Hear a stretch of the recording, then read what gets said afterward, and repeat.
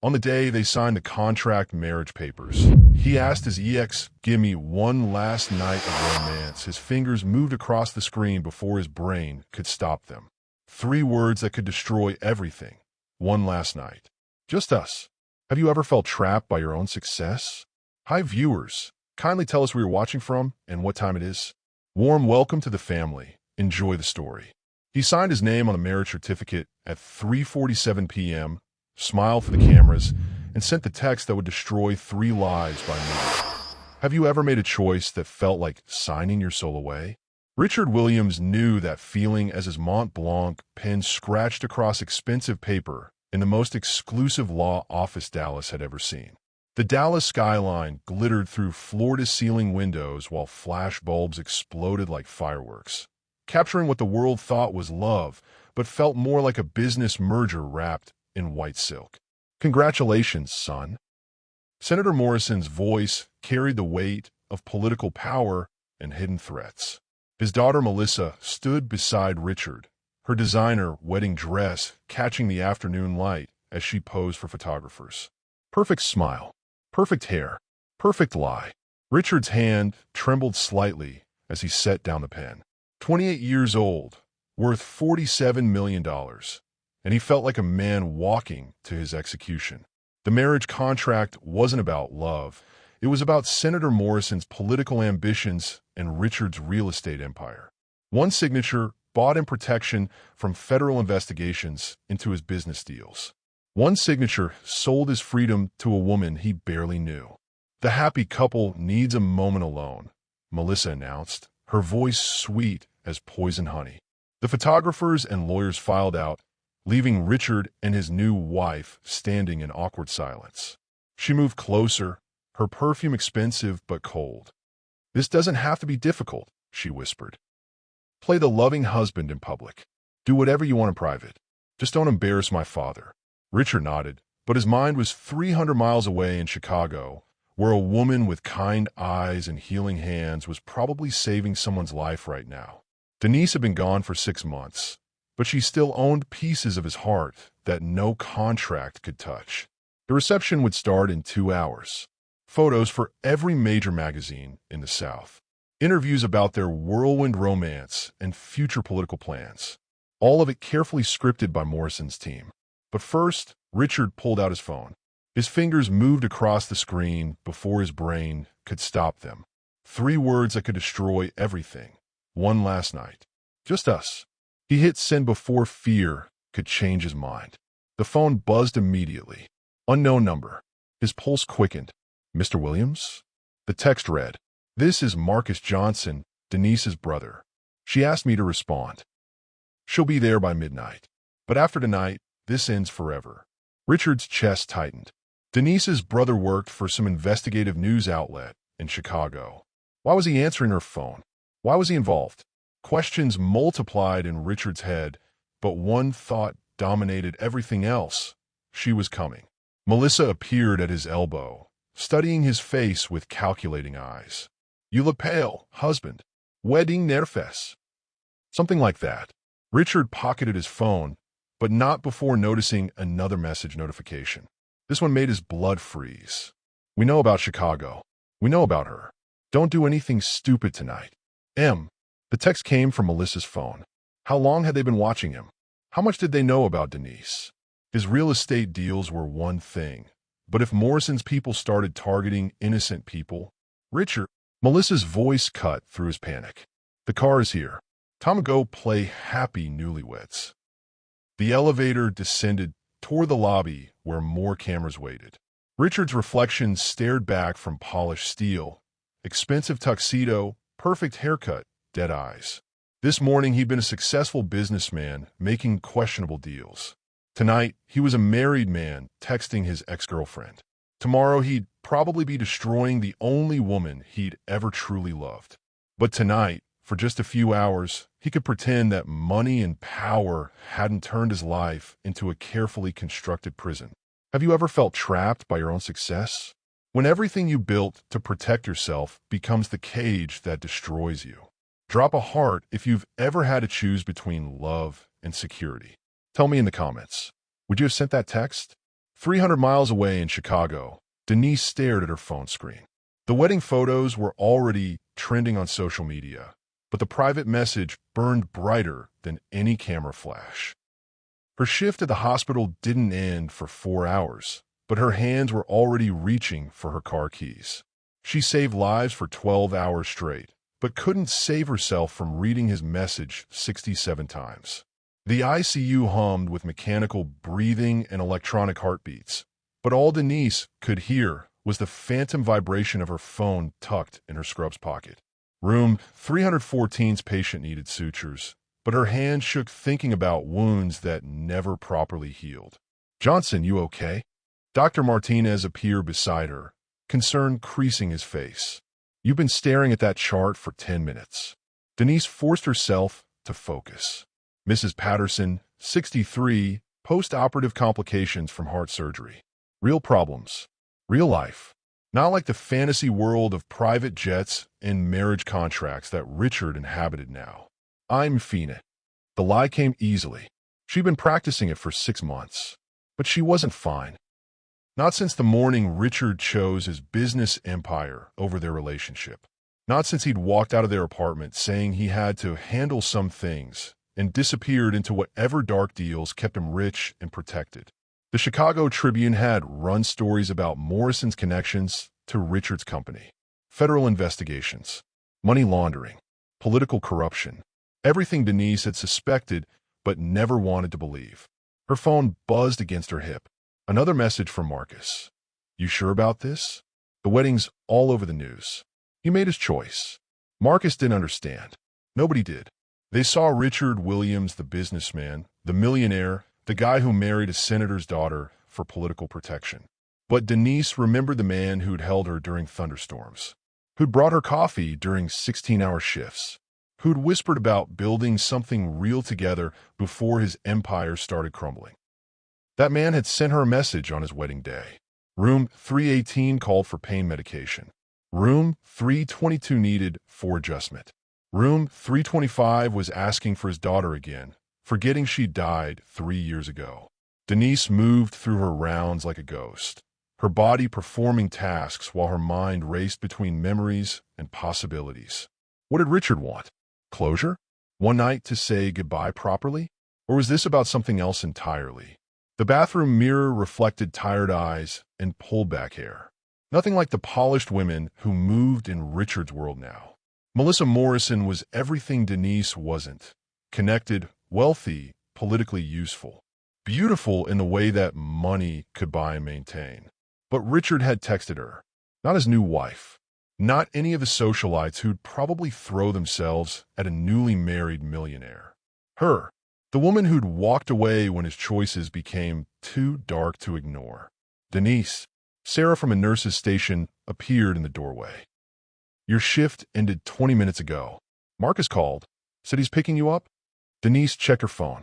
11:43 p.m. Marcus was waiting downstairs with questions she couldn't answer and protective instincts she didn't want to deal with. But first, she had to make a decision that would either give her closure or destroy what little piece she'd built. She typed back, "Same place. 1 hour." Her finger hovered over send. 6 months of healing. 6 months of learning to sleep without nightmares about federal agents and political schemes. 6 months of convincing herself she was better off without Richard Williams and his dangerous world. Have you ever been haunted by someone who moved on while you were still bleeding? Comment below if you know that feeling. She hit send, but as she gathered her things, she didn't see the black sedan that had been following her home from the hospital. The elevator doors opened to reveal the man who married someone else 6 hours ago, still wearing his wedding tuxedo. Richard stood in his penthouse doorway like a ghost haunting his own life. Bow tie undone, jacket wrinkled, eyes carrying the weight of choices that couldn't be undone. The Atlanta skyline glittered behind him through floor-to-ceiling windows, but all Denise could see was the man who'd once promised her forever. "You came." His voice cracked like he hadn't believed she would. "I shouldn't have." But her feet carried her inside anyway. Muscle memory navigating the space where they'd built dreams that money couldn't buy. The penthouse felt like a museum of their relationship, Same leather couch where they'd made plans, same kitchen island where they'd fought about his ambition.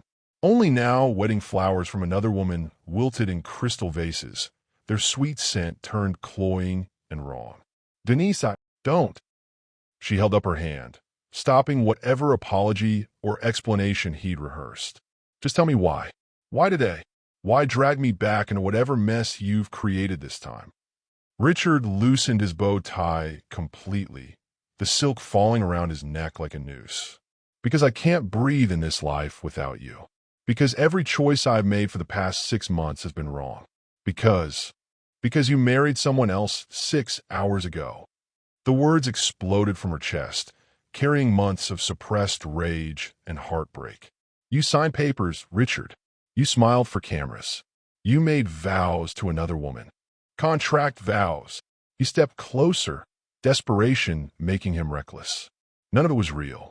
Morrison threatened everything. My business, my freedom, people I care about. The marriage is just paper, Denise.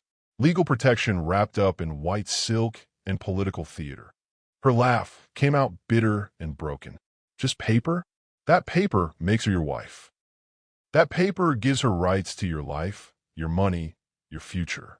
That paper means I'm standing in another woman's home right now. This is our home. Richard's voice dropped to the timbre that used to make her knees weak. Every room in this place holds memories of us. She can have the legal documents and the public appearances, but she can't have what we built together. The space between them crackled with 6 months of unresolved tension. Denise's scrubs felt shabby next to his expensive tuxedo, but the way he looked at her made her feel like the only woman in the world worth seeing. You don't understand what you've done, she whispered. Morrison doesn't just want political protection. Men like him don't make deals, they make acquisitions. You think you married his daughter, but you sold yourself to him. Richard's face went pale. What do you mean? Marcus has been investigating the Morrison family for months. They don't just use political connections. They destroy anyone who threatens their power, including inconvenient ex-girlfriends who know too much about their new son-in-law's business deals. The elevator dinged. Richard's eyes went wide with terror as footsteps echoed in the hallway. I didn't tell anyone you were coming. I swear. Keys jingled outside the door. Melissa's voice carried through the foyer, sweet and deadly. Honey, I brought Daddy to meet your friend. Richard grabbed Denise's arm, but there was nowhere to run. The penthouse had only one exit, and Senator Morrison's security team was probably covering it already. How do they know? Denise's training kicked in, assessed the situation, find the exits, protect the patient. Except this time, she was the patient. The front door opened with the soft click of expensive locks. What would you do if your ex showed up in a wedding tux begging for one last night? Team, walk away, or team, hear him out? The trap had been set, and Denise was standing right in the middle of it. Melissa Morrison didn't look surprised to find another woman in her husband's penthouse. She looked satisfied. Senator Morrison filled the doorway like a storm cloud in a $1,000 suit, his silver hair and cold smile radiating the kind of power that made careers disappear. Melissa stood beside him, wedding dress replaced by designer black, war paint for a different kind of battle. Well, the senator's voice carried 40 years of political authority. The famous Denise Johnson. I've heard so much about you. Denise's nursing training kicked in.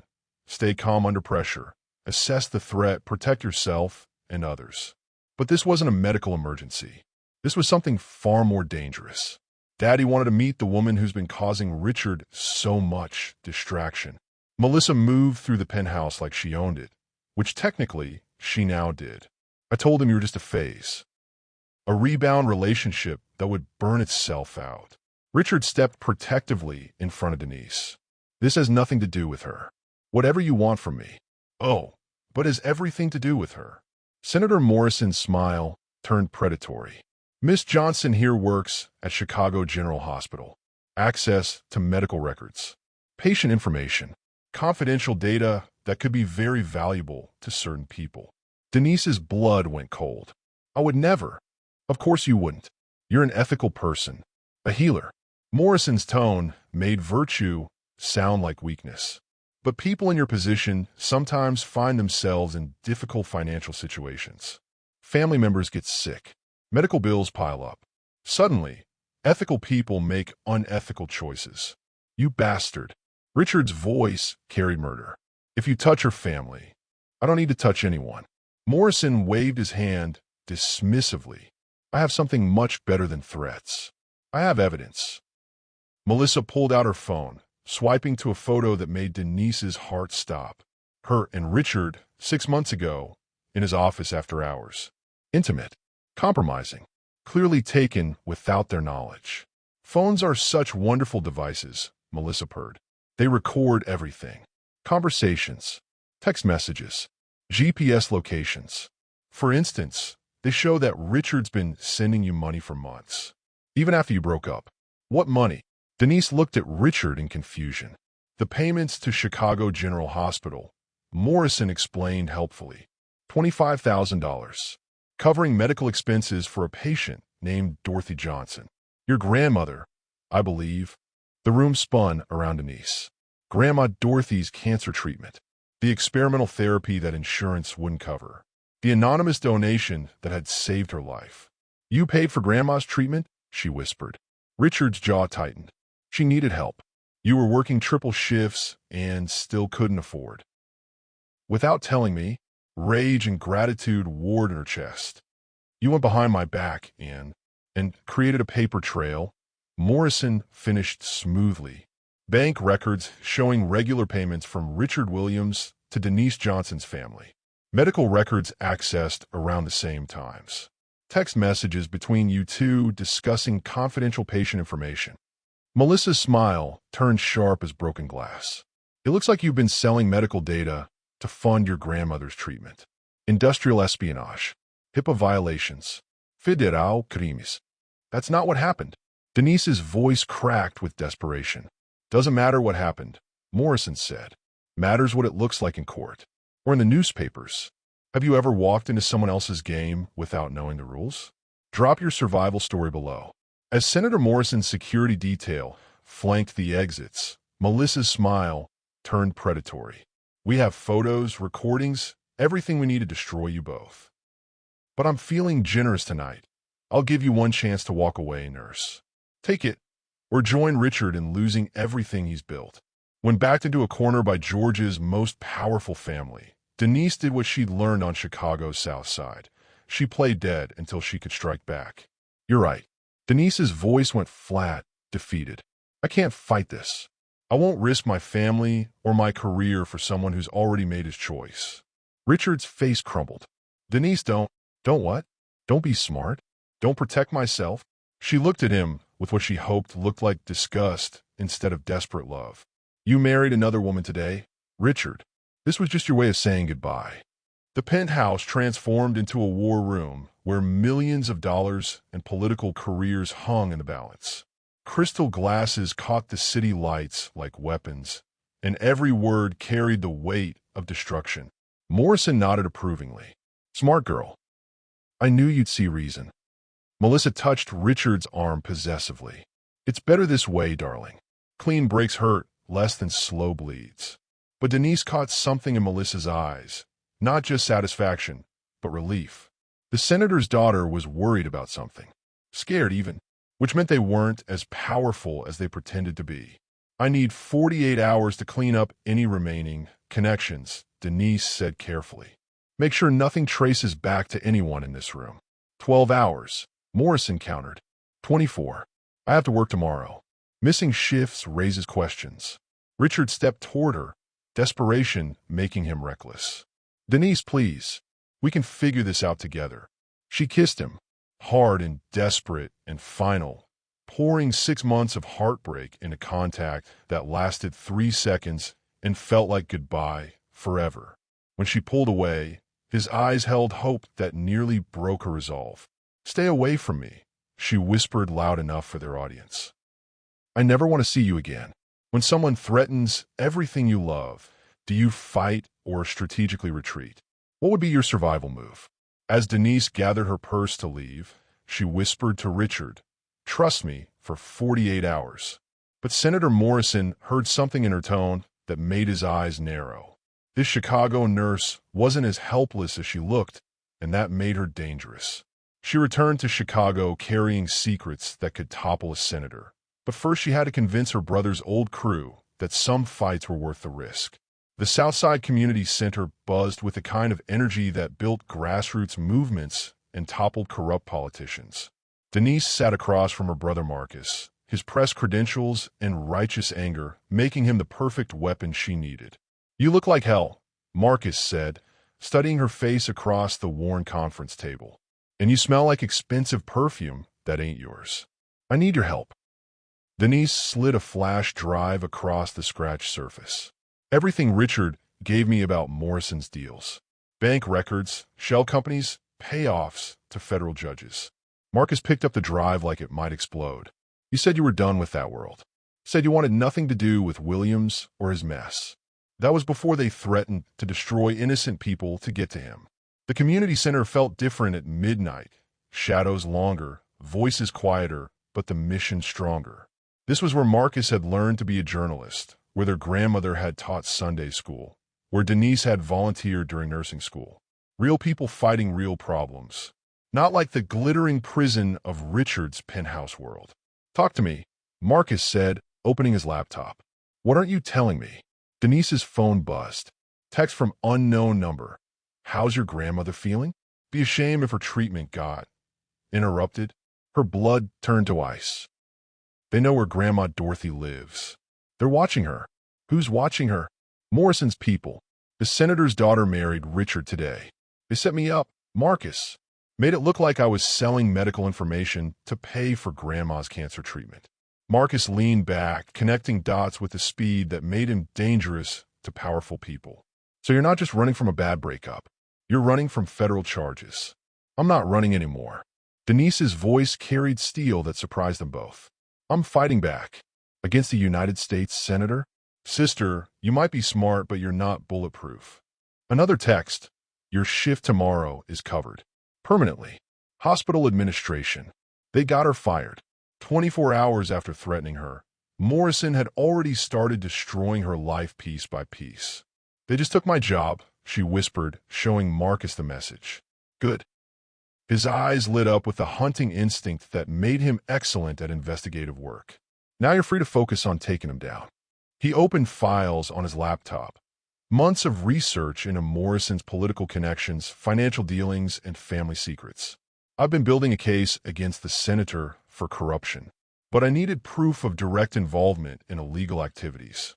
"You mean like forcing someone into a fake marriage to avoid federal prosecution?" "That's conspiracy, coercion, and probably a dozen other felonies."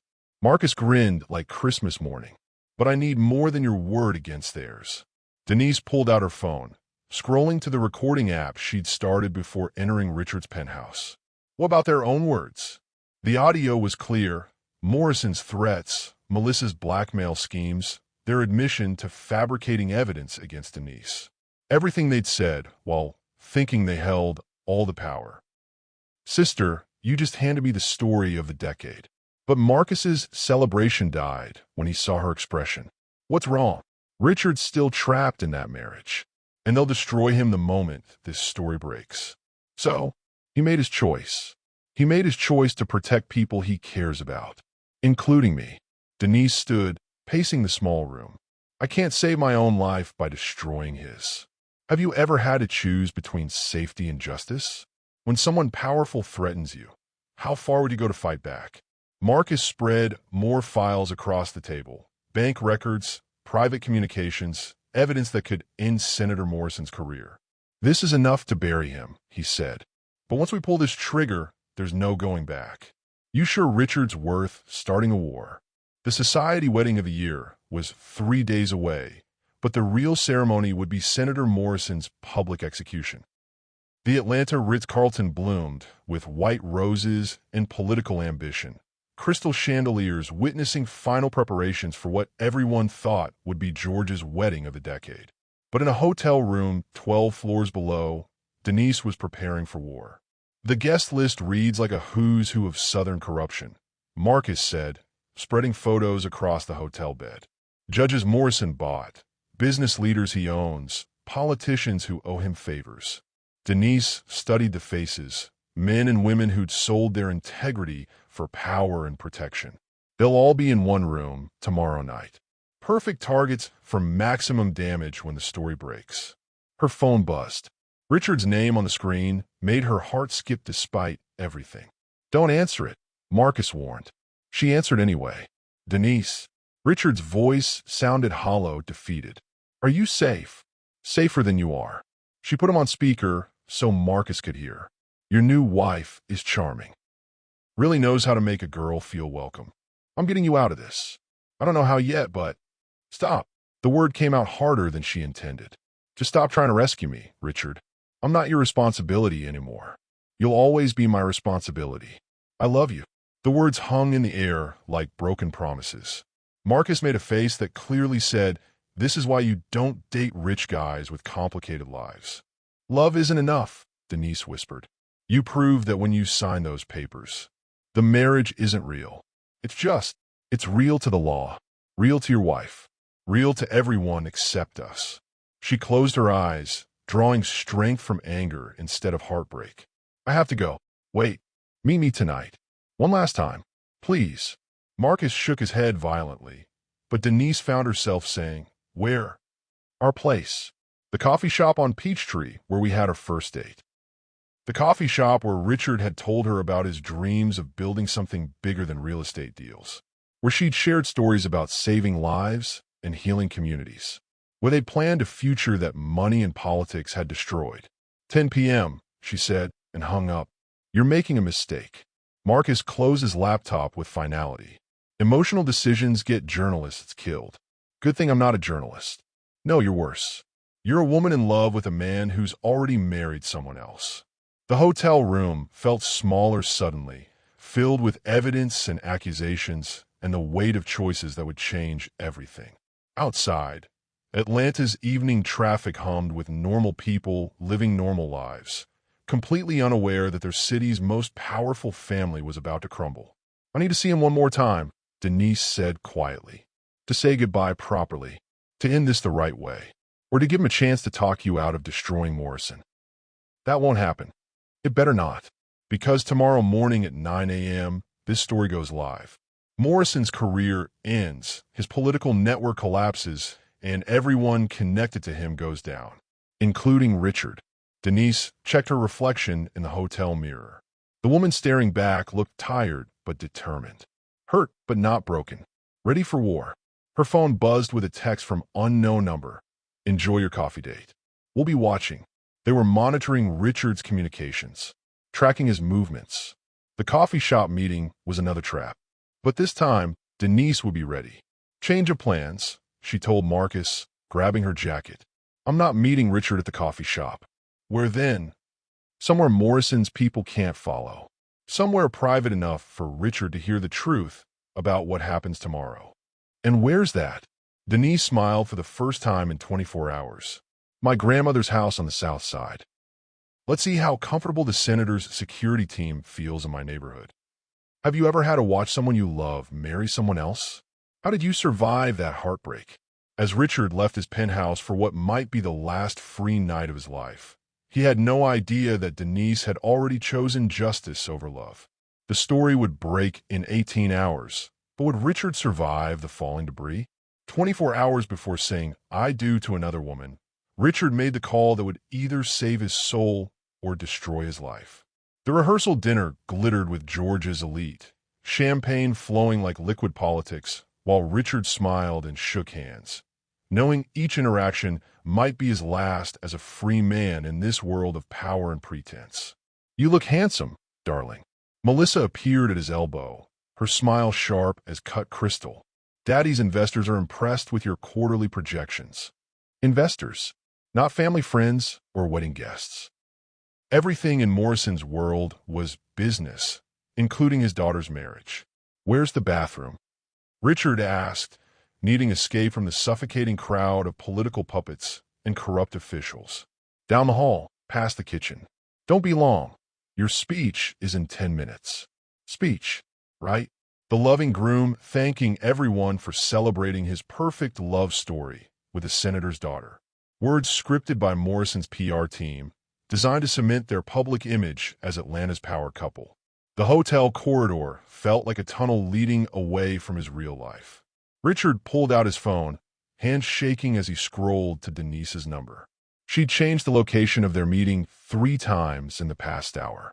First a coffee shop, then Piedmont Park, now her grandmother's house in a neighborhood his security team wouldn't follow. Smart woman, always thinking 2 steps ahead of everyone trying to control her. He dialed her number. "You shouldn't be calling me." Her voice sounded different, stronger. "I'm getting married tomorrow." The words tasted like poison. "I know. I'll be watching the news coverage from Chicago." "Denise, please. I need to see you tonight. I need to explain." "Explain what?" "How you chose money over love. How you picked political protection over the woman you claim to care about." Her laugh carried no humor. "Save your breath, Richard. Some choices can't be explained away." Through the phone, he heard voices in the background. Male voices. Official-sounding conversations about timing and coordination. "Where are you?" "Somewhere you can't reach me anymore." "Are you in danger?" "If Morrison's people are threatening you." "The only person threatening me is you." Her voice cracked slightly. "Every time you call, every time you text, you make this harder. Let me go, Richard. Please." The bathroom door opened behind him. Melissa's reflection appeared in the mirror, her expression calculating as she watched him pace with the phone.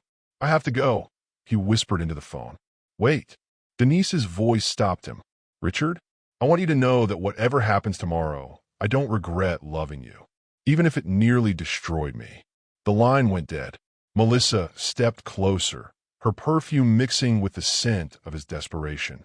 That was touching. Very romantic for a man getting married in 18 hours. "It's not what you think. I think you're still in love with a woman who can't give you what I can. Protection, power, a future that doesn't end in federal prison." She was right, and they both knew it. Denise offered love and integrity and normal life. Melissa offered survival wrapped in silk and sealed with political connections. "The speech, darling. Everyone's waiting." Richard followed his wife-to-be back to the rehearsal dinner, back to the world of crystal glasses and calculated conversations. He delivered his scripted words about love and gratitude and bright futures, but his mind stayed fixed on Denise's final words.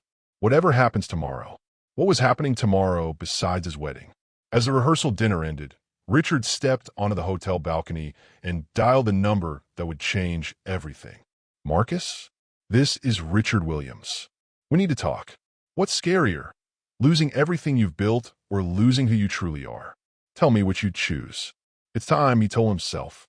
But neither he nor Denise saw Melissa watching from the shadows, her own phone already dialing a number that could destroy them both before morning. The bride was missing, the groom was in hiding, and Atlanta's most powerful senator was about to discover that nurses from Chicago don't break easy. At exactly 9 a.m., while Atlanta's society pages prepared to cover the wedding of the year, Marcus Johnson's story went live across every major news platform in the Southeast. Senator Morrison's dirty money. Federal corruption investigation reveals marriage scheme. The headline exploded across social media faster than wildfire. Within minutes, #Morrison scandal was trending nationally, and news vans multiplied outside the cathedral like storm clouds gathering for a hurricane. Senator Morrison's phone buzzed with crisis calls while his daughter's wedding dress hung untouched in the bridal suite. Melissa stood at the window in her slip and fury, watching reporters swarm the church steps. "Where is he?" she demanded, turning on her father with eyes like broken glass.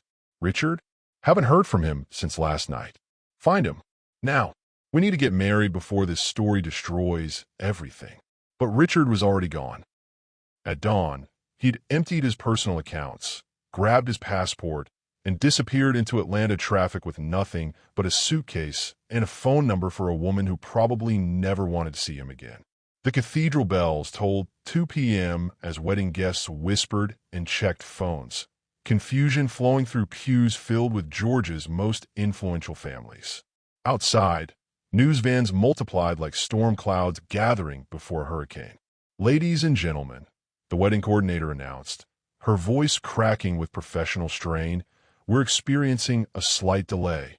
The ceremony will begin shortly." But there would be no ceremony. Richard sat in his car outside Chicago General Hospital, watching Denise emerge from the building where she no longer worked. Her scrubs were gone, replaced by jeans and a determination that made her beautiful in ways designer gowns never could. She saw his car and froze. He got out slowly, hands visible, like approaching a wounded animal who might bolt or attack. "What are you doing here?" she asked. "Running. Same as you." "I'm not running. I'm fighting back." "I know. I read Marcus's story. All of it." Richard stepped closer, noting the dark circles under her eyes, the defensive set of her shoulders. "You destroyed Morrison to save me. I destroyed Morrison because he threatened innocent people. Don't make this about you." But her voice shook slightly, betraying feelings she couldn't quite bury. "Denise, I left her. I left everything. The marriage, the money, the protection Morrison offered. None of it matters without you." She laughed, but it sounded like breaking. "You think this is a movie? You think walking away from your wedding fixes everything we've been through?" "I think it's a start. It's too late, Richard. The damage is done. Morrison's people are already working damage control. They'll blame everything on you. Say you manipulated an innocent woman into helping you avoid federal charges. Let them. I'm done hiding behind other people's lies." Around them, Chicago bustled with normal life. Cars honking, people walking, the world continuing despite the fact that theirs had just exploded across every news channel in America. "I have to disappear for a while," Richard said quietly, "until the federal investigation sorts out who knew what when. But I wanted you to know that leaving you was the biggest mistake I ever made." Denise studied his face, really looked at him for the first time since the penthouse trap. "What are you asking me, Richard?" "I'm asking if you can forgive me. If there's any chance we could build something real this time. Something that doesn't require contracts or political protection or lies." She stepped closer, close enough to touch, but didn't. "What would that look like?" "I don't know. Maybe a small apartment instead of a penthouse. Maybe honest work instead of corrupt deals. Maybe love without conditions or expiration dates." Have you ever taken down someone who thought they were untouchable? How did it feel to watch power crumble? As Richard and Denise talked in a Chicago parking lot, neither noticed the black sedan pulling up. Melissa Morrison stepped out, no longer the senator's innocent daughter, but a woman with nothing left to lose and one final card to play. Hell hath no fury like a political princess whose wedding became her father's funeral pyre. Melissa sat in her Maserati outside Chicago General Hospital, designer sunglasses hiding eyes that had learned to calculate revenge the way other women calculated calories. The fall from political royalty to social pariah had sharpened her into something far more dangerous than daddy's little girl. Her phone buzzed with the 15th call from Morrison campaign headquarters. Crisis management, damage control, legal strategies, all the expensive solutions that money could buy when power crumbled in real time. She ignored them all. This wasn't about politics anymore. This was personal. Through her windshield, she watched Richard and Denise standing by his car like star-crossed lovers in some tragic romance, talking intensely, almost touching but not quite, playing out their reunion scene while her carefully planned life burned on every news channel in America. "Touching," she murmured, pulling out the burner phone she'd bought that morning. The man who answered spoke with the kind of voice that came from years of doing things that didn't make the evening news. "You have a job for us?" "2 people. Chicago General Hospital parking lot. Make it look like an accident. That'll cost extra. Hospital means security cameras. Money's not a problem." Melissa's trust fund was still intact, even if her reputation was destroyed. "I want them both to suffer before they die. Lady, we don't do torture. Clean jobs only. Then make it messy. Make it hurt. Make sure the last thing they see is each other's pain." She hung up and started her car. But as she pulled into traffic, something nagged at her. Richard looked different. Not like the trapped man who'd married her for political protection. He looked free. And Denise, the little nurse from Chicago, stood like a woman who'd won a war, not someone running from federal charges. What if they weren't just reuniting? What if they were planning something else? Melissa pulled over and called her father. "Daddy, we have a problem. Bigger than my career being destroyed on national television. Richard and the nurse. They're together in Chicago, and they don't look scared." Static crackled over the phone. Senator Morrison processing implications with the speed that had made him dangerous for 3 decades. "What are you thinking, princess?" "I'm thinking they have insurance. Something they haven't released yet. Something worse than what Marcus Johnson published this morning. Evidence that could implicate you directly." Melissa's blood went cold. The recordings from the penthouse. Richard's phone had been on the entire time they'd threatened Denise, confessed to fabricating evidence, outlined their blackmail scheme. "Everything. Call off your security team," she told her father. "We can't touch them. Not until we know what other cards they're holding." When someone destroys your carefully planned life, is revenge justified? How far would you go to get even? But as Melissa watched Richard and Denise from across the parking lot, she realized something that chilled her more than any threat. They weren't afraid of her anymore. And that made them more dangerous than any weapon money could buy. Denise finished her shift and walked toward the parking garage, exhausted but happy, thinking about Richard waiting with takeout and hope. She didn't see Melissa's car following, didn't hear the engine accelerate, didn't realize that sometimes the most dangerous enemy is the one with nothing left to lose. The parking garage echoed with footsteps and destiny, but Denise heard the engine before she saw the car aimed at her heart. Training kicked in faster than fear. 20 feet of concrete separated her from Richard's car when the Maserati's engine roared to life behind her. In the split second between hearing acceleration and seeing headlights, Denise's mind cataloged exits, obstacles, survival options. She dove left, rolling behind a concrete pillar as the luxury car screamed past, metal scraping stone in a shower of sparks that lit the garage like deadly fireworks. "Denise!" Richard's voice cut through screeching tires as Melissa's car spun around for another pass. The garage's security cameras would catch everything, but that wouldn't matter if she was dead. Melissa's face appeared through the windshield, composed and calculating even while trying to commit murder. "She's lost her mind," Richard shouted, pulling out his phone. "I'm calling 911. "Don't." Denise pressed herself against the pillar as the Maserati reversed, positioning for another attack. Calls can be traced. Morrison still has people in city government. The engine revved again. This time Melissa aimed for Richard. He jumped on the hood of a nearby sedan as the sports car clipped his bumper, sending him rolling across metal and glass. Blood streaked his forehead, but he kept moving. "Why are you doing this?" Denise called out, knowing Melissa could hear her. The car stopped. The engine idled. Through the windshield, Melissa's perfectly applied makeup couldn't hide the fury that had replaced her politician's daughter's smile. "Because you destroyed everything I worked for," Melissa's voice carried across concrete like a death sentence. "Because you made him choose love over survival. Because people like you think you can take down people like us without consequences. People like us built this country while people like you just complain about fairness." Richard limped toward Denise, his expensive suit torn and bloodied. "She's going to kill us both." "No." Denise pulled out her phone, scrolling to a number she'd hoped never to use. "She's going to listen to reason." She dialed. The phone rang once before Marcus answered. "Put on speaker," she told him. Then, loud enough for Melissa to hear, "Marcus, are you recording?" "Always am when my sister calls during business hours." "Good. Because I'm standing in a parking garage with Melissa Morrison, who just tried to run me down with her car. She's threatening to kill both Richard and me to stop the federal investigation into her father's corruption."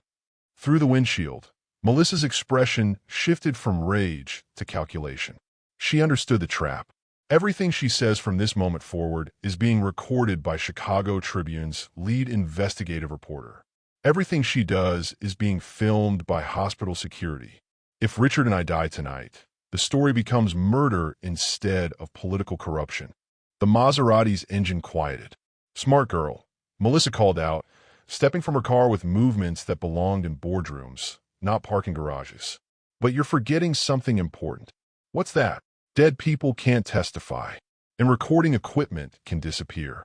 She pulled a gun from her designer purse like other women pulled out lipstick. Small, silver, deadly in hands that had never held anything more dangerous than campaign donation checks.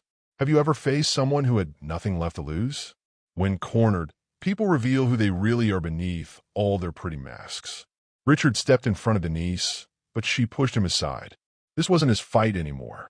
This was between two women who'd loved the same man and lost everything because of it.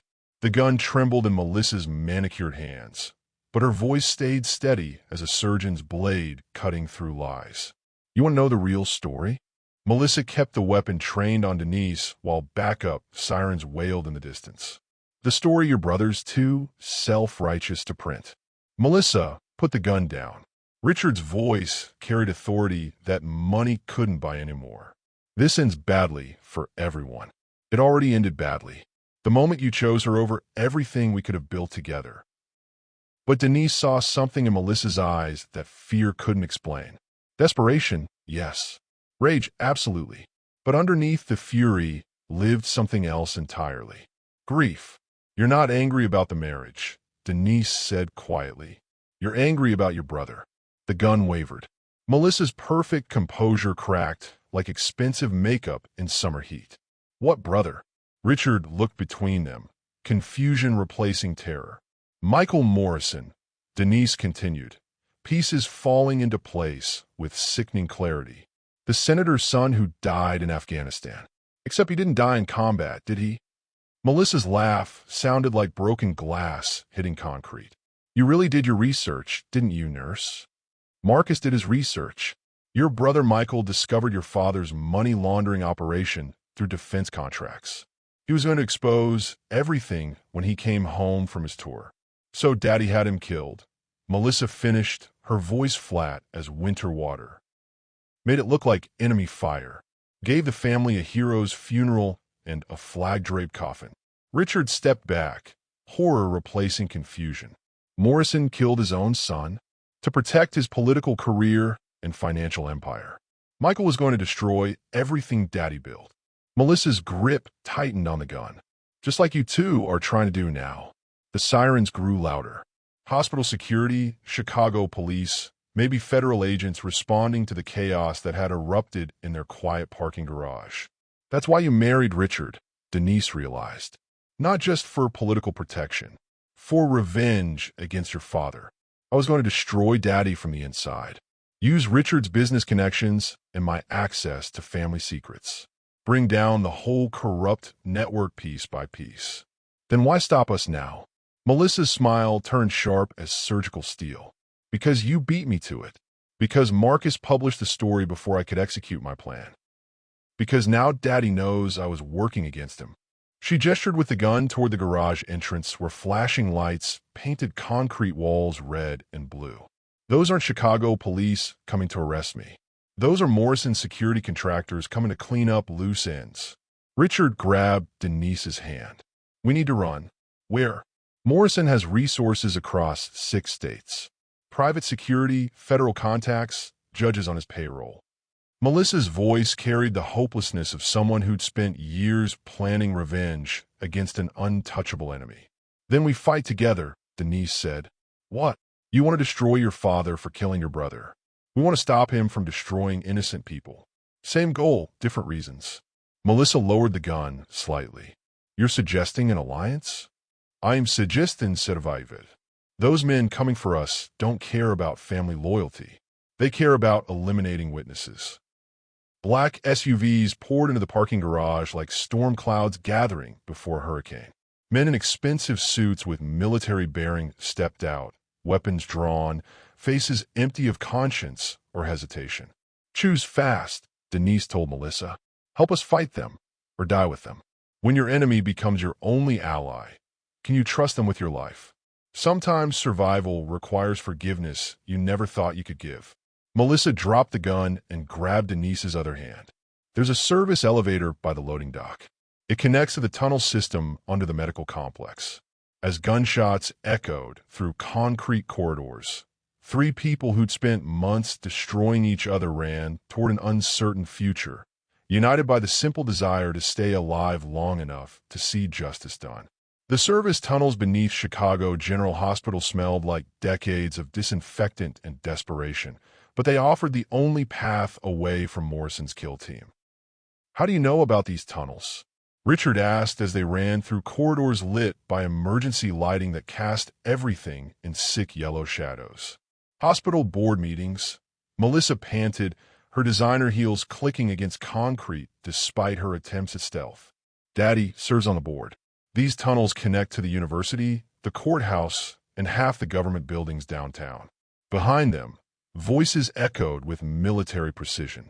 Professional hunters tracking their prey through a maze built for healers and students. Denise checked her phone. No signal.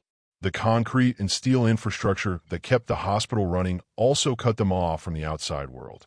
"Marcus doesn't know where we are," she whispered. "Good," Melissa replied. "Neither do Daddy's men." They paused at a junction where 4 tunnels met like arteries around a mechanical heart. Steam pipes hissed overhead, carrying heat and hope to patients who had no idea their basement had become a battlefield. "Which way?" Richard asked.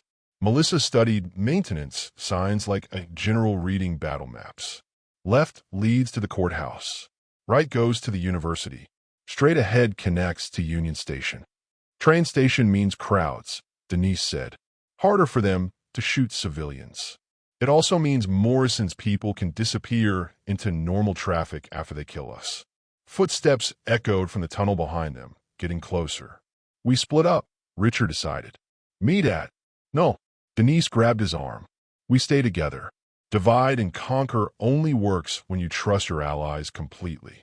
She looked at Melissa, whose perfect appearance had dissolved into sweat-stained silk and smeared makeup. The senator's daughter looked human for the first time since this nightmare began. "Do we trust each other?" Denise asked directly. "You destroyed my wedding and my family's reputation. You tried to kill me with a car 20 minutes ago." "You're both insane," Richard muttered, but he was smiling despite the mortal danger. "Let's go to the courthouse." They ran left, following signs toward justice that might or might not still exist in a building where Morrison's influence reached into judges' chambers and jury selection processes. The tunnel sloped upward, leading them toward street level and daylight that felt like salvation after the underground maze. But as they climbed, Denise heard something that made her blood freeze. Radio chatter, coordinated movement, professional voices discussing containment protocols.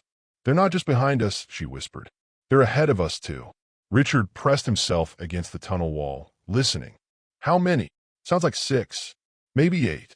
Melissa pulled off her heels, suddenly practical in ways that political campaigns never required.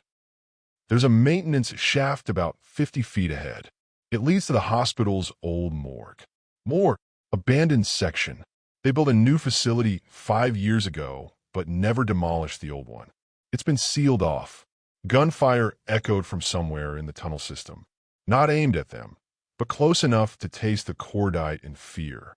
"They're shooting at shadows," Richard realized. "Trying to flush us out. Or kill us by accident," Denise added grimly. "Have you ever been hunted by people who had every advantage except desperation? When survival depends on trust between former enemies, what matters more, past betrayals or present danger?"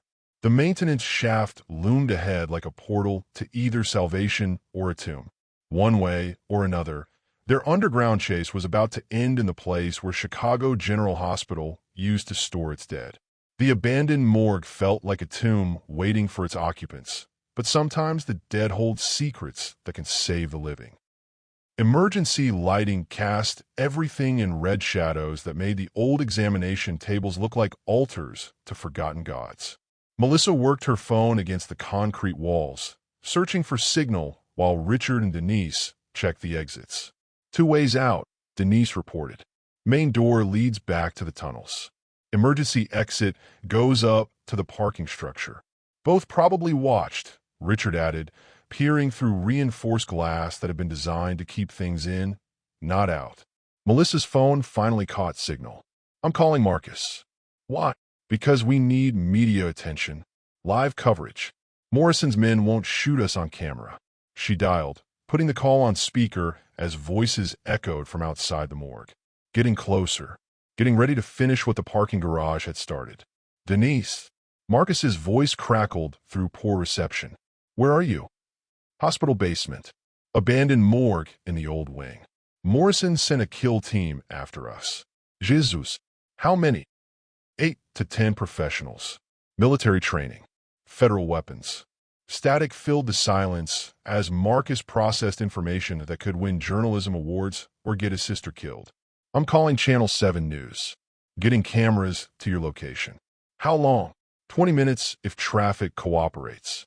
Through the morgue's main window, shadows moved with tactical precision. Morrison's security team had found them. We don't have 20 minutes, Richard said. Melissa stood in the center of the room, designer dress torn and bloodied, but her voice carrying authority that came from years of political training. Then we make our own media coverage. She pulled out her phone, opening the camera app with fingers that barely trembled despite everything they'd endured. What are you doing? Going live on social media. If Daddy wants me dead, he can do it in front of the whole world. The main door's lock clicked.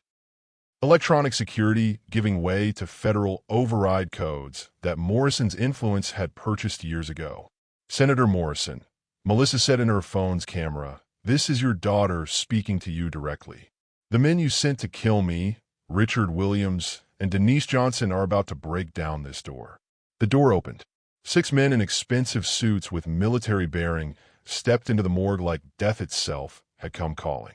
You want us dead to protect your political career, Melissa continued, her voice carrying across social media feeds that were already multiplying as viewers shared her live stream. But the world is watching now, Daddy. Smile for the cameras. The team leader raised his weapon, then paused as he noticed Melissa's phone. Live footage of federal contractors preparing to execute civilians in a hospital basement. Put the phone down, he ordered. Not happening. Melissa moved to stand beside Denise and Richard, creating a united front that months ago would have been impossible. 10,000 people are watching this stream. Killing us now makes you all accomplices to murder on live television. Through her phone, viewers could see armed men hesitating in an abandoned morgue while sirens wailed somewhere above ground. The story was spreading faster than Morrison's damage control team could contain it. Sir, one of the contractors spoke into his radio. We have a situation. The team leader's earpiece crackled with instructions that made his face go pale beneath professional composure. Orders have changed, he announced. We're pulling back. What? Melissa's live stream caught her confusion. Senator Morrison is calling a press conference. He's announcing his resignation from the Senate and full cooperation with federal investigators. The contractors filed out as professionally as they'd entered, leaving 3 people standing in an abandoned morgue while the outside world watched their survival in real time. Richard grabbed Denise, spinning her around in celebration that felt premature but necessary. It's over, she asked. It's over, Melissa confirmed, ending her live stream as news van engines echoed from the parking structure above. Daddy knows when he's beaten, but was it really over? When politicians resign and criminals cooperate, who pays the real price for justice? As they climbed toward daylight and freedom, none of them saw Senator Morrison's final move already in motion. The game wasn't over. It was just entering its deadliest phase. 6 months later, Denise stood in federal court watching Senator Morrison receive a sentence that would end his political career but couldn't resurrect the son he'd murdered or heal the lives he destroyed. The judge's voice carried the weight of constitutional authority as she read the verdict that had taken half a year to reach. 25 years for conspiracy, money laundering, obstruction of justice, and accessory to murder in the death of Captain Michael Morrison. Melissa sat in the gallery's front row, no longer the senator's daughter, but a woman who testified against her own father to honor her brother's memory. Her designer clothes had been replaced by simple black, mourning for a family that had never existed and a future that money couldn't buy. Richard squeezed Denise's hand as Morrison was led away in shackles that cost more than most people's cars. Justice felt hollow when it came at the price of everything they'd built and lost and found again. Victim impact statements, the judge announced. Denise stood, walking to the podium where she'd rehearsed words that could never capture the cost of loving someone trapped in a world of corruption and violence. Your Honor, 6 months ago, I was a nurse who believed that healing people was the most important thing I could do with my life. Her voice carried across the courtroom, where reporters scribbled notes that would become tomorrow's headlines. I met Richard Williams and fell in love with a man who was trapped by choices he'd made before he understood their consequences. I became part of a world where money and power matter more than truth or justice. In the gallery, Richard listened to her describe their relationship like a medical case study. Clinical, honest, painful.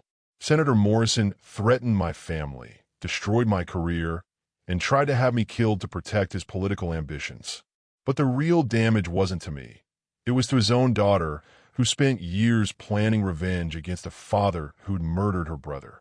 Melissa wiped away tears that smeared makeup she'd applied to hide the cost of choosing justice over family loyalty. I don't forgive Senator Morrison for what he did to innocent people, but I understand that corruption destroys the perpetrator as much as the victims. He lost his son, his daughter, and his soul in pursuit of power that was always temporary. Denise paused, looking at Richard, then at Melissa, then at the reporters who would decide how this story ended. Justice today feels less like victory and more like amputation. Sometimes you have to cut away diseased tissue to save the patient. But amputation leaves scars that never fully heal. She returned to her seat as the judge called for closing remarks. Outside the courthouse, news cameras captured the 3 people whose lives had been changed by one marriage contract and the secrets it was meant to protect. "What's next for you?"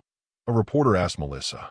"I'm starting a foundation for military families who've lost loved ones to friendly fire or cover-ups. Michael's memory deserves better than what Daddy did to protect it." "Mr. Williams, are you returning to real estate?" Richard shook his head. "I'm working with a nonprofit that helps small businesses get honest financing. Turns out there are ways to build wealth without destroying lives." "And you, Ms. Johnson?"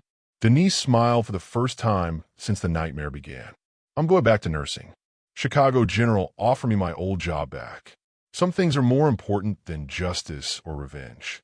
Sometimes healing is enough." As cameras rolled and reporters asked questions about redemption and second chances, Richard and Denise walked away from the courthouse hand in hand, not toward a penthouse or political connections, but toward a life built on truth instead of contracts. Melissa watched them leave, understanding finally that love wasn't something you could negotiate or legislate. It was something you chose every day with full knowledge of the cost. 6 months ago, a marriage contract had trapped them all in a web of corruption and lies. Today, walking away from the courthouse where justice had finally been served, they were free to build something real. But freedom always comes with a price, and sometimes the people who pay it aren't the ones who deserve to suffer. Have you ever won a battle but lost the war? When justice finally arrives, is the victory worth everything it cost to achieve it? The story ends with 3 people walking in different directions, carrying scars that would heal differently for each of them. Sometimes that's what justice looks like. Not perfect, but better than the alternative. The end.